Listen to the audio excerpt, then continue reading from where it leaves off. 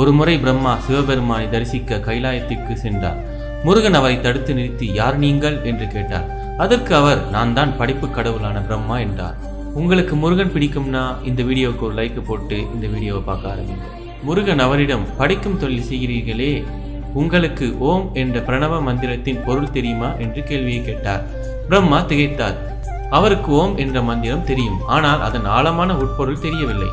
படைக்கும் தொழிலை செய்யும் உங்களுக்கே அடிப்படை மந்திரத்தின் பொருள் தெரியாத போது நீங்கள் எப்படி படைக்க முடியும் என்று கூறி பிரம்மாவின் தலையில் ஒரு குட்டு வைத்து அவரை சிறையில் அடைத்தார். படைப்பு தொழில் முற்றாக நின்றது. சிவன் வந்து முருகனிடம், மகனே, பிரம்மாவை விடுதலை செய் என்றார்.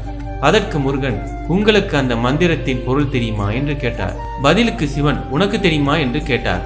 அதற்கு முருகன், முறைப்படி சீடனாக என்னிடம் அமர்ந்து கேட்டால் சொல்கிறேன் என்றார். ஈசனும் தன் மகனிடம் சீடனாக அமர்ந்து ஓம் என்ற பிரணவ மந்திரத்தின் பொருளை தெரிந்து கொண்டார். முருகன் தகப்பனுக்கு உபதேசம் செய்தவர். இதனால் தான் முருகனுக்கு தகப்பன் சாமி என்று பெயர் வந்தது. ஓம் முருகா, ஓம் முருகா.